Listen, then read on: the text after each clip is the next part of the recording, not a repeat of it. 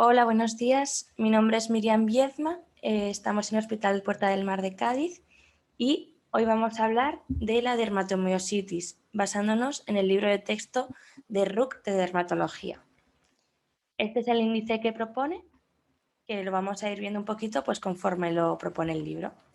La definición, bueno, pues la dermatomiositis es una enfermedad autoinmune que afecta a la piel y el músculo esquelético y se clasifica dentro de las miopatías inflamatorias idiopáticas, como puede ser la polimiositis. Desde 1975 se lleva utilizando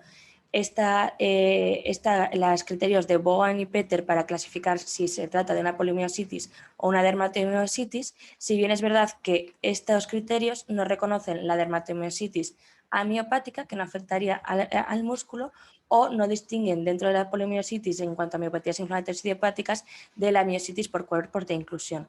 Entonces, últimamente se propone un poco más utilizar los criterios de Griggs, que serían estos que sí que ayudan a diferenciar la polimiositis de la dermatomiositis por cuerpos de inclusión, o incluso una nueva clasificación que está en desarrollo, que ya incluso entraría la dermatomiositis amiopática, que la tenemos en este enlace y que aún no está del todo validada.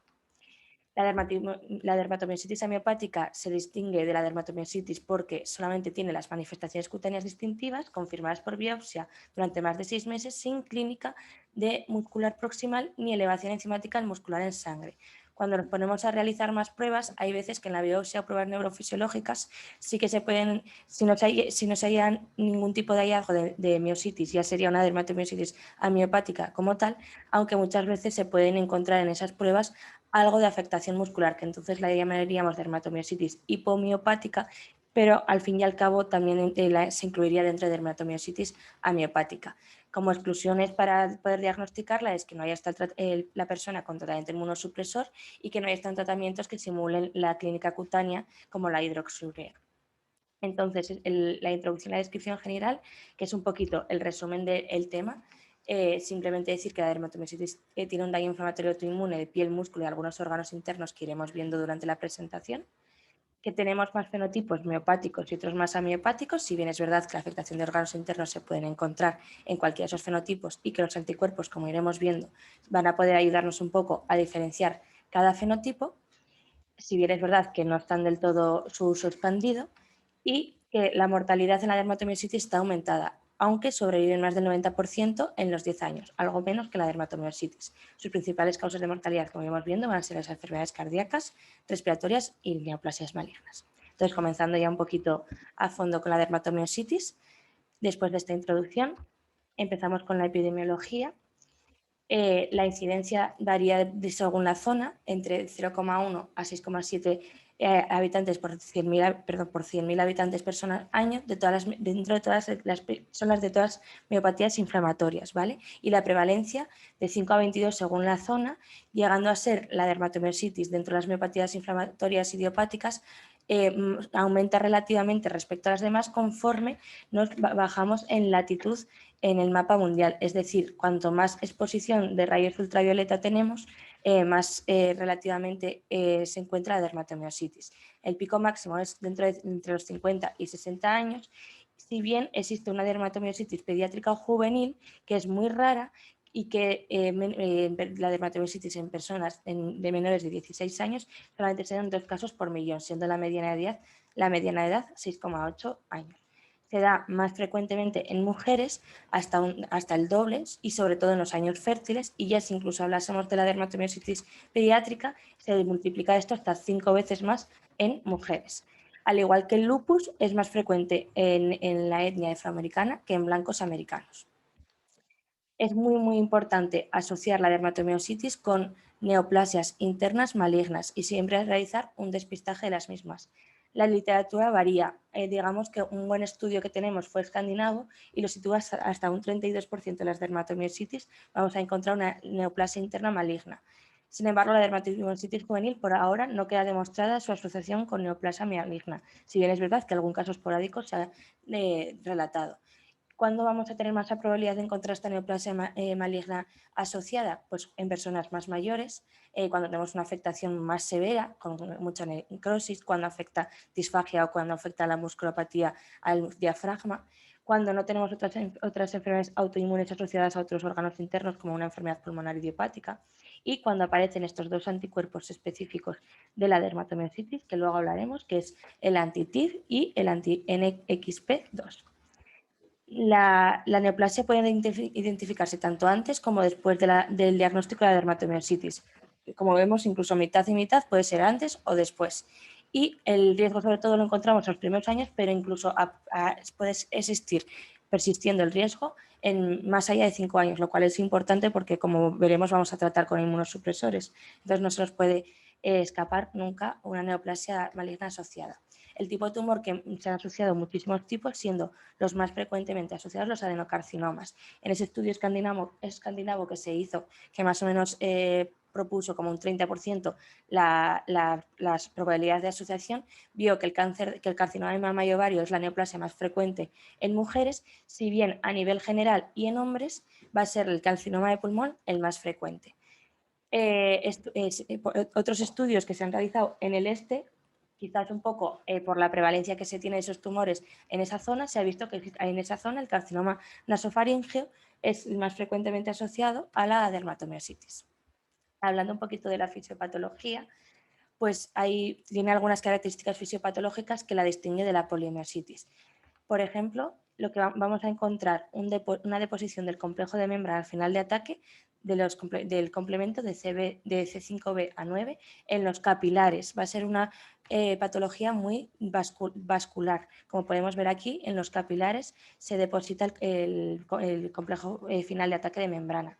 Además va a tener un HLA tipo 1 sobreexpresado por todas las fibras musculares, cosa que no encontramos en la polimiositis. Y un área de atrofia perifascicular del músculo en comparación con intrafascicular del músculo. Es decir, cuando tenemos aquí los fascículos musculares, como vemos, los que están más en el interior del fascículo son fibras musculares que están sanas, pero a nivel perifascicular las vemos con más necrosis y con mayor infiltrado. El infiltrado característicamente va a ser predominante de células B y células plasmocíticas en comparación con la polimiositis, que es un infiltrado intrafascicular predominante de células CD8, de manera que en la dermatomiositis característicamente es una inmunidad un poco más humoral, que además se asocia con microvasculopatía, llegando a algunas teorías a decir que el daño causado en el órgano es más por microinfartos musculares que por acción directa del sistema inmune contra las fibras musculares, mientras que en la polimiositis sí que sería una citotoxicidad directa mediada por CD8. En la dermatomiositis vamos a hablar que tenemos anticuerpos específicos de esta dermatomiositis y anticuerpos no específicos de la dermatomiositis, pero sí asociados a miositis, que luego los iremos viendo, que se ha visto que los antígenos sobre los cuales atacan estos anticuerpos están sobreexpresados en los órganos dianas de la dermatomiositis y que van a desencadenar sobre todo una respuesta con una inducción de interferón tipo 1. ¿Vale? Aquí tenemos una biopsia de piel de la dermatomiositis que a nivel crónico nos va a recordar mucho a un líquen con una vacuolización de la capa basal, con cuerpos de chivate. Sin embargo, cuando son un poco más agudos con edema, puede recordar con un infiltrado linfoplasmocitario al del lupus cutáneo.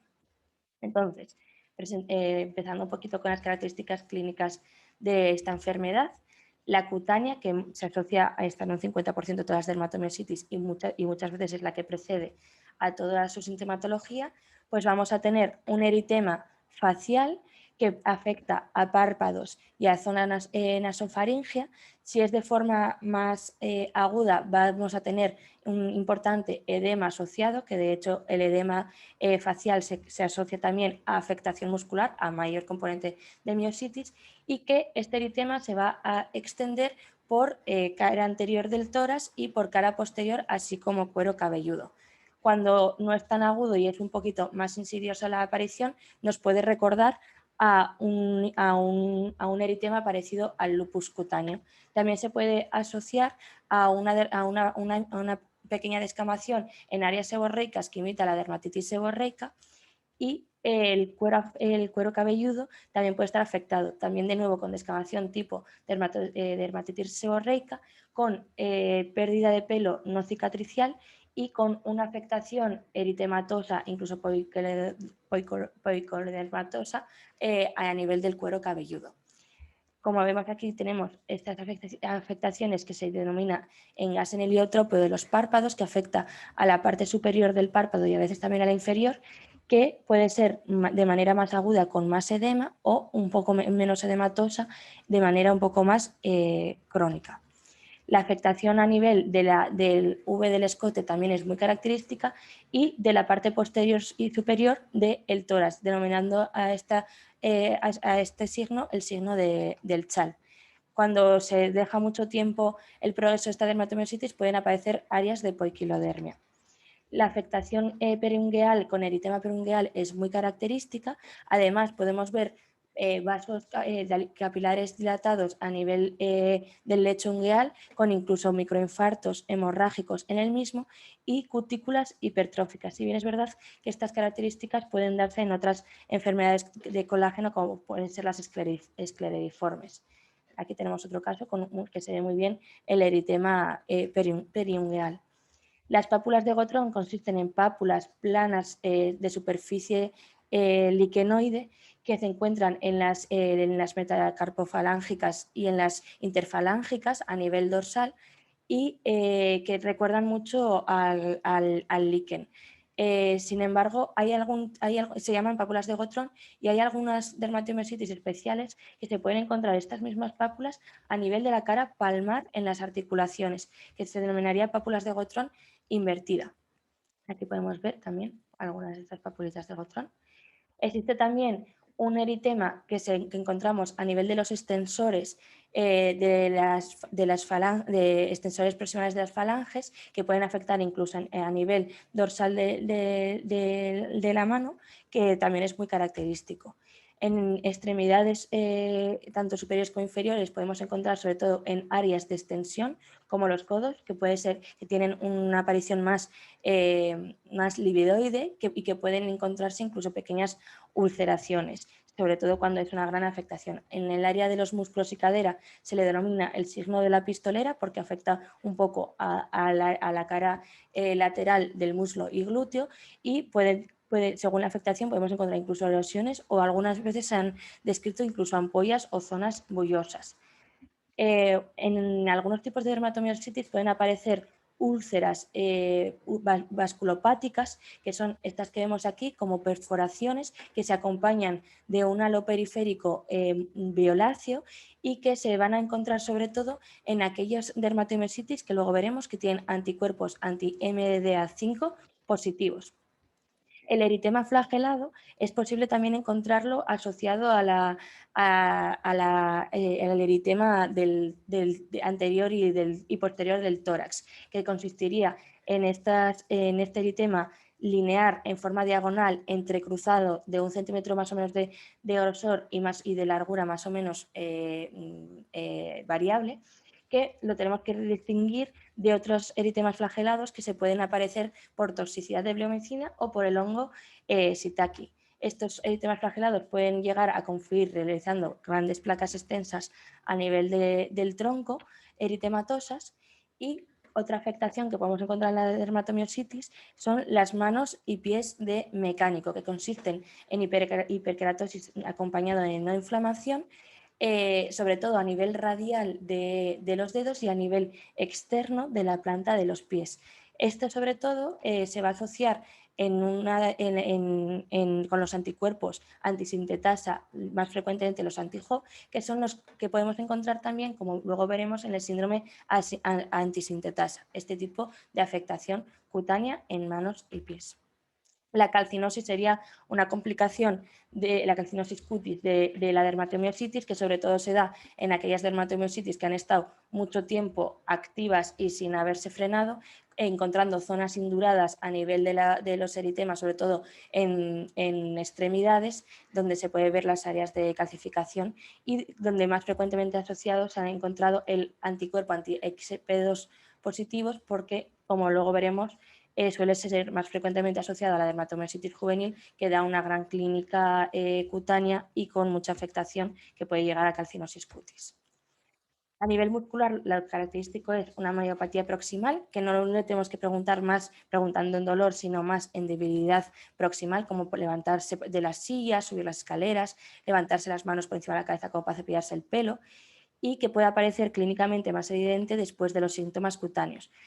Hay veces que el comienzo es insidioso y los pacientes no lo van a comentar, entonces habría que realizar un poquito este pequeño screening en los pacientes que presentan clínica compatible, y se han desarrollado varias escalas para definir su gravedad, estando ahora más frecuentemente utilizado estas escalas, sobre todo para ensayos clínicos. Como otros síntomas sistémicos, puede acompañar la insuficiencia respiratoria, que se puede ser debida a afectación muscular del diafragma o a broncoaspiraciones en pacientes que luego veremos que tengan disfagia alta o por inmunosupresión, o ya por una enfermedad pulmonar idiopática. Esta puede ocurrir hasta en un 20 o un 40% de las dermatomiositis, que se oiría como casi todas las enfermedades pulmonares idiopáticas, con crepitantes secos, tos seca, disnea de esfuerzo, que le tenemos que preguntar al paciente. Y sobre todo se ha visto asociada a las dermatomiositis amiopáticas. Se ve en un incremento esta enfermedad pulmonar idiopática. La más frecuente va a ser la neumonitis intersticial no específica, si bien es verdad que podemos encontrar otras. La orofaringe y el esófago también se pueden afectar, sobre todo el esfínter esofágico superior y la parte de la orofaringe, dando una disfagia alta, que muchas veces puede aparecer esta disfagia sin tener una gran clínica de miositis, y la disfagia precoz determina una dermatomiositis grave, y hay que encontrarla de forma precoz para evitar las aspiraciones. Muchas veces ellos no comentan disfagia, sino que comentan, hay que preguntar activamente, y resulta que sí que es verdad que están con muchos atragantamientos, etc. De hecho, la disfagia puede dar una pérdida de peso por culpa de no poder comer, que habría que hacer un diagnóstico diferencial con el síndrome constitucional, con esa búsqueda tan intensiva que tenemos que realizar con las enfermedades malignas asociadas. Como enfermedad cardíaca es muy frecuente que tengan leves alteraciones del ritmo, casi todas tienen. Sin embargo, lo que es muy infrecuente es que produzcan una enfermedad clínicamente manifiesta con una miocarditis en la dermatomiositis, que además respondería muy bien a la terapia inmunosupresora. Es muy importante realizar un buen control de los factores cardiovasculares, ya que la dermatomiositis puede realizar una ateromatosis precoz y ser una causa principal de muerte en esta enfermedad. La artritis suele ser simétrica, no deformante en pequeñas articulaciones, en manos, tobillos y muñecas, si bien es verdad que si se encuentra asociada al síndrome antisintetasa, esta artritis puede ser más erosiva. Variantes clínicas que tenemos en la dermatomiositis, como hemos visto, hemos comentado un poquito ya, tenemos el síndrome antisintetasa, que consiste en miositis acompañada de artritis, como hemos visto, más erosiva, Raynaud, enfermedad pulmonar idiopática, fiebre, y las manos de mecánico que hemos visto antes. Esto es típico con los anticuerpos antisintetasa positivos, que son los anticidil tRNA sintetasa, siendo que aparecen en un 10, este síndrome puede aparecer hasta en un 10 y un 20% de las dermatomiositis, y se han descrito 7 tipos de anticuerpos, siendo el más frecuentemente asociado y el que más frecuentemente encontramos el anti-Jo1.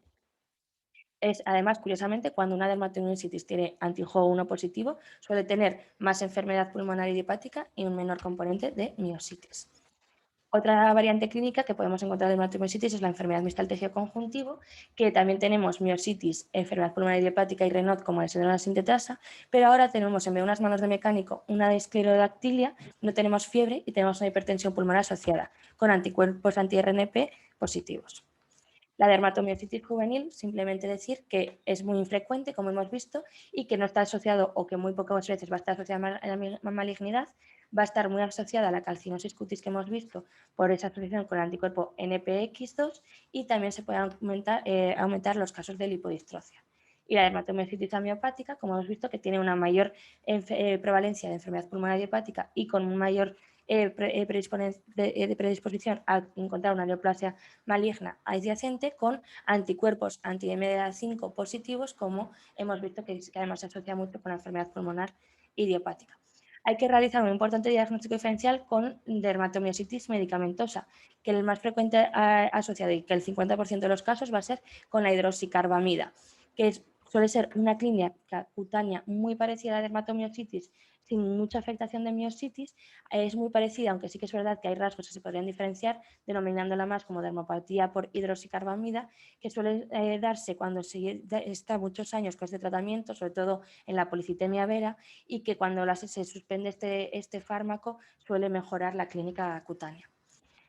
El diagnóstico diferencial que hay que realizar con la dermatomiositis lo hemos ido viendo, como la dermatitis seborreica que puede aparecer al nivel de los pliegues seborreicos, el lupus cutáneo, el líquen plano como con las pápulas de Gotrón.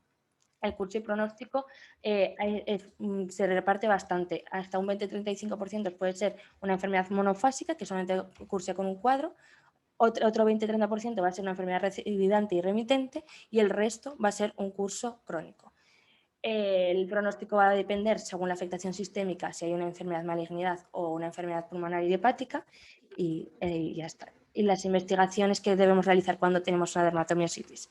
Las pruebas complementarias a realizar. Siempre vamos a necesitar un hemograma, una bioquímica y marcadores inflamatorios y enzimas musculares. Estas últimas pueden llegar a ser musculares a pesar de encontrar miositis. Entonces, muchas veces, aunque las encontremos negativas, no tenemos que descartar por ello miositis.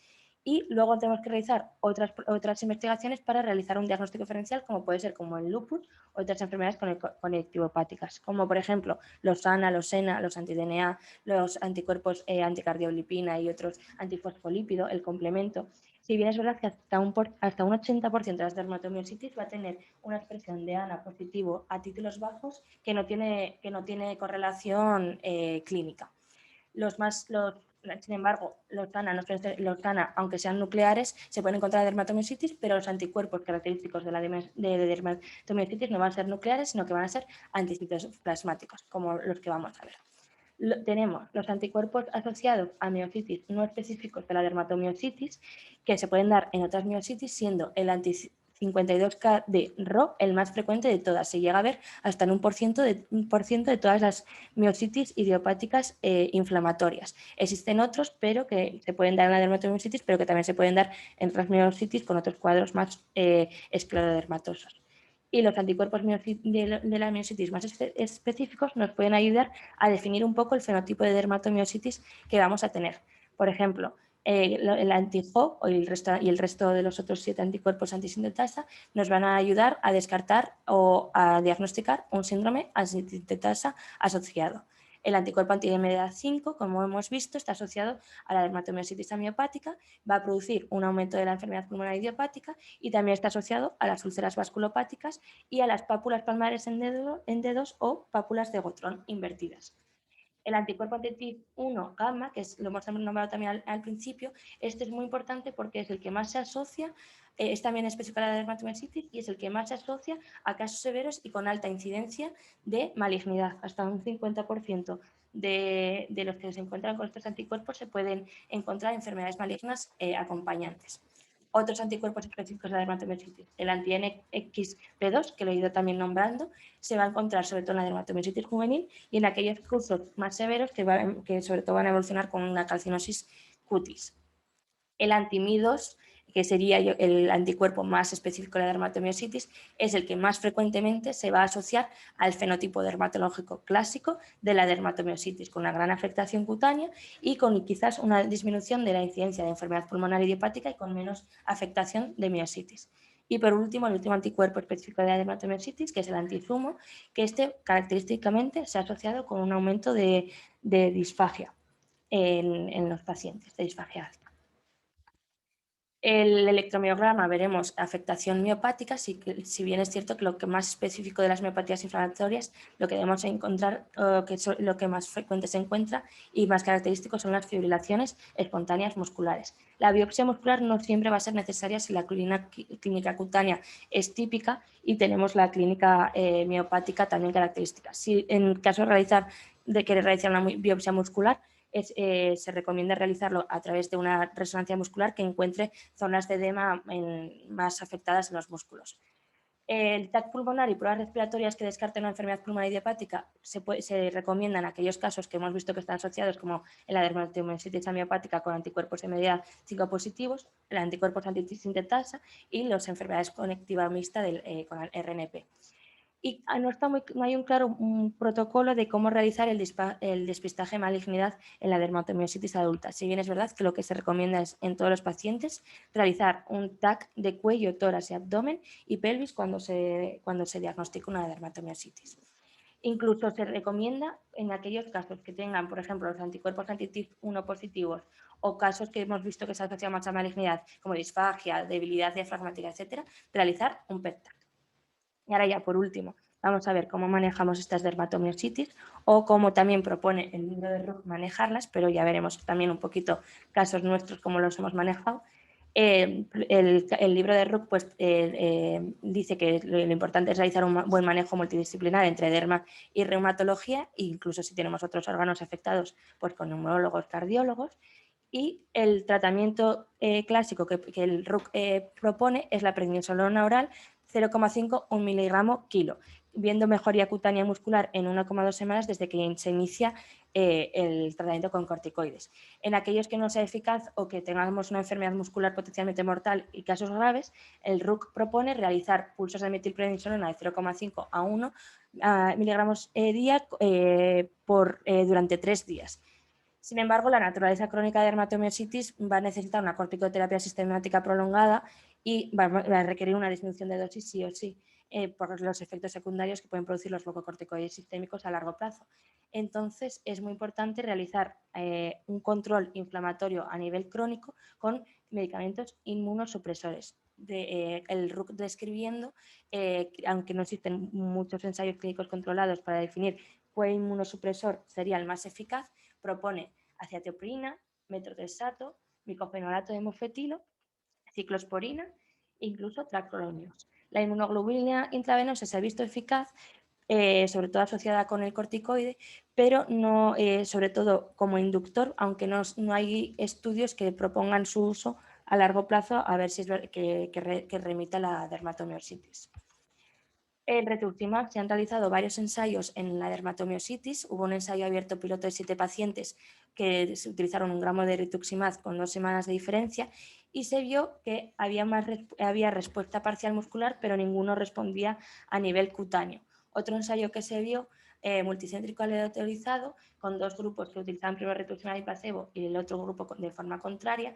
Ninguno llegó a alcanzar los objetivos que propusieron al inicio del ensayo musculares, pero con los criterios de actividad que hemos nombrado antes de los ensayos de protocolo, hasta un 83% lo mejoraron, viendo una mejor respuesta de rituximab a aquellos que eran anti-HO1 positivo y anti-MI2 positivo.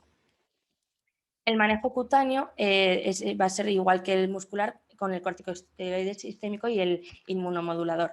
Y muchas veces se necesitan muchos meses de terapia para llegar a la eficacia. Sin embargo, en la dermatomiositis amiopática, la inmunosupresión sistémica agresiva muchas veces va a ser una terapia inapropiada debido a que quizás es con demasiado riesgo para lo que viene siendo la enfermedad, proponiendo una terapia tópica con corticoides potentes, aunque suele ser una eficacia bastante decepcionante, y siendo más beneficioso el uso de tacrolimus tópico al 0,1%. O una terapia oral más suave, como es la hidroxicloroquina con mepacrina, eficaz sobre todo para eliminar los signos cutáneos, o con metrotexato. La calcinosis cutis que hemos nombrado se puede controlar un poco o se puede mejorar con el tratamiento de la dermatomiositis. No se ha encontrado ningún fármaco que la mejore. Este sería el tratamiento que recomienda el RUC, como encontramos aquí la prednisona oral, pero quizás, por ejemplo, lo que nosotros estamos más acostumbrados a realizar es utilizar pulsos de metilprednisolona de inducción y enseguida utilizar enfermedades que modifican el curso de la enfermedad ahorradores de corticoides, como pueden ser el metrotexato, la acetopina o la ciclosporina. Por ejemplo, tenemos algún caso manejado en nuestro servicio en el que se realizó una inducción con pulsos de metilprednisolona 250 miligramos cada 24 horas durante 3 días, acompañado de prednisona oral a bajas dosis de pauta descendente y luego de forma precoz introduciendo un inmunosupresor como el metrotexato y la hidroxicloroquina. Este paciente, por ejemplo, tuvo otra recidiva que necesitó otro pulso de corticoides y se controló también junto con inmunoglobulinas y también realizó una pauta de rituximab. y aunque no lo nombre en el libro de Rook, a día de hoy se está probando ya el uso de tofacitinib, un inhibidor de la JAK kinasa, para dermatomiositis, siendo gran eficaz en la misma. Entonces, para finalizar las conclusiones, es una inflamación, la dermatomiositis es una inflamación autoinmune que daña la piel, músculos y en algunos casos órganos internos como pulmones, articulaciones, orofaringe y corazón. Existe el espectro de dermatomiositis amiopática, que recordemos siempre hay que realizar una búsqueda activa de una enfermedad pulmonar idiopática. Es necesario realizar la exploración de debilidad muscular proximal cuando aparece esta clínica cutánea compatible. No siempre va a ser necesaria la biopsia de múscula para llegar al diagnóstico ante un fenotipo cutáneo típico de dermatomiositis. Los anticuerpos encontrados en dermatomiositis pueden ayudar a predecir el fenotipo y los órganos internos involucrados, y el manejo del tratamiento tópico en dermatomiositis cutáneas exclusivas puede ser una buena pauta de tratamiento. Muchísimas gracias.